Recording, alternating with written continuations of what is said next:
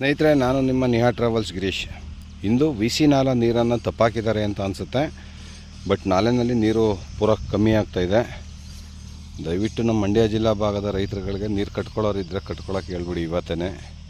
ಯಾಕೆಂದರೆ ನೀರು ಖಾಲಿ ಆದಮೇಲೆ ಮಳೆ ಬರುತ್ತೋ ಬರಲ್ವೋ ಗೊತ್ತಿಲ್ಲ. ಪೂರ ನೀರು ಕಮ್ಮಿ ಆಗಿದೆ. ಏನಿನ್ನೊಂದು 2 ಅಡಿ 3 ಅಡಿ ಹರಿತಾ ಇದೆ.